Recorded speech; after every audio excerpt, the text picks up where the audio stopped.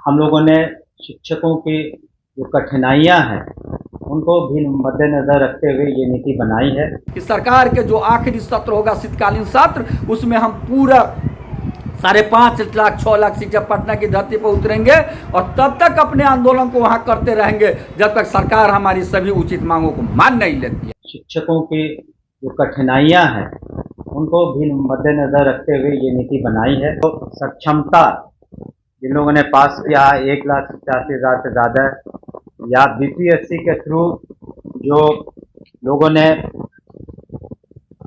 परीक्षाएं पास की हैं और जो ज्वाइनिंग किया है उन्हें 2 लाख से ज़्यादा, या कुछ और लोग हैं जो पुराने शिक्षक हैं 1995 के कमीशन पर, तो सभी लोग अपना इसमें पिटिशंस दे सकते हैं।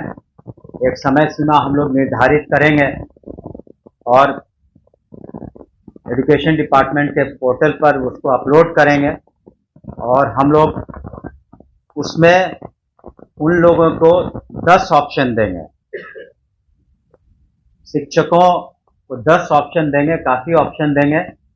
यथासंभव हम लोगों ने कोशिश किया है कि जो शिक्षक हैं अपने ही ज़िले में रहें।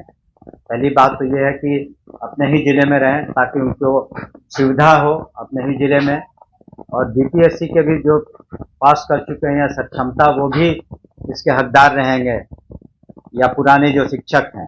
हम लोगों ने ये ध्यान रखा है सबसे पहले कि अगर किसी को असाध्य रोग हो या गंभीर बीमारी हो या फिर दिव्यांगता के कारण या फिर मानसिक कोई समस्या हो, तो इन सबों को हम लोग काफ़ी उच्च प्राथमिकता देंगे। जो वैसी महिलाएं हैं जो विडोज हैं या किसी कारणवश सिंगल हैं, तो उन लोगों के बारे में भी हम लोगों ने विशेष ध्यान रखा है। महिलाओं का जहां तक प्रश्न है, गृह पंचायत से हट के पुरुषों को अनुमंडल से उसी जिले में बाहर रख करके हम लोगों ने ये नीति बनाई है। इनकी ज्वाइनिंग हम लोग दिसंबर माह में कराएंगे ताकि छुट्टियों के वक्त, ताकि अभी जो पढ़ाई सुचारू रूप से चल रही है किसी तरह से डिस्टर्ब नहीं हो। शिक्षक दोषी है जो सरकार के हर दमनकारी नीति को अपना रहे हैं और बाप बाप चिल्ला रहे हैं। सरकार टाइम कब बदली, छुट्टी में संशोधन कब हुई, ऐप से हाजिरी कब हुई, लेकिन उसके सब आदेश को आंख बंद करके मानते जा रहे हैं। आप सोचिए जिम्मेदार कौन है, और उस जिम्मेदारी के लिए सच पूछिए तो सबसे अधिक जिम्मेदार हम स्वयं हैं, कोई जिम्मेदार नहीं है। इसलिए आप तमाम साथियों से करबद्ध आग्रह है कि आप एकजुट होकर के और पूरा मनोबल से, तन मन धन बल से तैयार रहिए कि सरकार के जो आखिरी सत्र होगा शीतकालीन सत्र, उसमें हम पूरा 5.5 लाख 6 लाख शिक्षक पटना की धरती पर उतरेंगे और तब तक अपने आंदोलन को वहां करते रहेंगे जब तक सरकार हमारी सभी उचित मांगों को मान नहीं लेती है। हम पटना की धरती से तब तक नहीं लौटेंगे, तब तक हम अपनी पूरी एकजुटता बनाएंगे। बीच में भी आंदोलन की जरूरत हुई कम करेंगे, लेकिन दिसंबर जनवरी जो सत्र होगा उसमें हम जोरदार आंदोलन जरूर करेंगे और सभी साथी एकजुटता के साथ करें। हमारे आज कुछ साथी मनोबल तोड़ रहे हैं संघ का और शिक्षक का, या वह शिक्षक जिम्मेदार है, शिक्षिका बहन जिम्मेदार है, शिक्षक भाई जिम्मेदार है, स्वयं जिम्मेदार है। लगातार शोषण पर शोषणकारी नीति अपना रही है क्योंकि उसके दिमाग में है कि अमुक जाति के शिक्षक को हम कितना ही काम करेंगे, कुछ भी कर देंगे, फिर भी वो वोट हमें नहीं देगा, और अमुक जाति के शिक्षक को हम कुछ भी नहीं करेंगे, कितना ही गरियाएंगे, कितना ही टॉर्चर करेंगे, फिर भी वोट हमको देगा। क्या हम जात के आधार पर शिक्षक को सरकार ट्रीट कर रही है और उसके अनुसार हमारा मांग नहीं मान रही है, बात नहीं कर रही है? या वह नाकाम सरकार है जिसका बात कोई पदाधिकारी नहीं मान रहा है, जिसका कोई आदेश नहीं मान रहा है?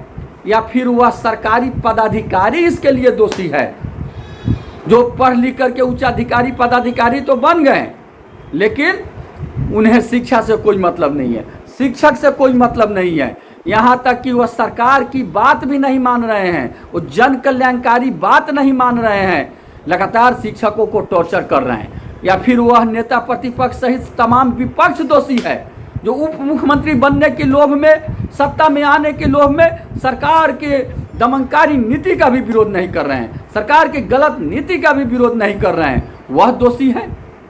या जो हमारा शिक्षक संघ है, संघीय पदाधिकारी है वह दोषी है जो कभी अपने जात के नाम पर तो कभी कर्म के आधार पर कोई बड़ा आंदोलन नहीं कर रहे हैं, धारदार आंदोलन नहीं कर रहे हैं। उन्हें लोभ है एमएलसी बनने का, उन्हें लोभ है विधायक बनने का, या अपने जो रिलेटिव है उनको बनाने का, या वह फिर सरकार से डर गए हैं, सरकारी पदाधिकारी से डर गए हैं कि अगर हम कुछ बोलेंगे, अगर हम कुछ करेंगे तो हम पर सरकार कार्रवाई कर देगी, हम पर पदाधिकारी कार्रवाई कर देंगे। इस डर से वो चुप है। अगर डर से चुप है तो फिर उन्हें संघ चलाने का, संगठन में रहने का कोई औचित्य नहीं है। उन्हें संघ छोड़ देना चाहिए, उन्हें संगठन समाप्त कर देना चाहिए।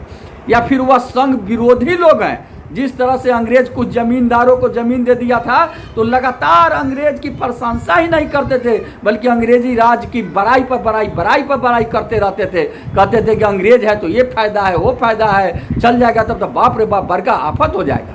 आज भी कुछ हमारे साथी ऐसा है जो लगातार सरकार के सक्षमता परीक्षा, एनपीएस, विशेष शिक्षक, यूपीएस की प्रशंसा पर प्रशंसा कर रहे हैं। हमें शर्म आती है, दुख है कि हम जितने शिक्षक भाई बहन हैं कम से कम इंटर पास है। अधिकांश साथी हमारे BA, MA, PhD, BEd, MEd है। वैसे साथी भी कहते हैं कि यूपीएस जो है वो ओपीएस की ओर बढ़ता कदम है। विशेष शिक्षक जो है आप राजकर्मी हो गए, राज की ओर बढ़ता कदम है। अगर हम उस समय नहीं फूटे रहते, हम नहीं सक्षमता परीक्षा भरे रहते, आज जो ये ऐप से हाजिरी बनाने वाली बात है, मैं केशव कुमार लगातार कभी भी ऐप से हाजिरी नहीं बनाया हूं, आज तक ऐप से हाजिरी नहीं बनाया हूं। कहां हम पर कार्रवाई हो रहा है, कहां हमारा पेमेंट कट रहा है। जुल्मी उसी पर जुल्म करता है जो जुल्म सहता है। अगर आप में लड़ने की क्षमता है, आप में प्रतिकार करने की क्षमता है, तो जुल्मी भी आप पर जुल्म करने के पहले 100 बार नहीं 1000 बार सोचेगा और आप पर जुल्म नहीं करेगा।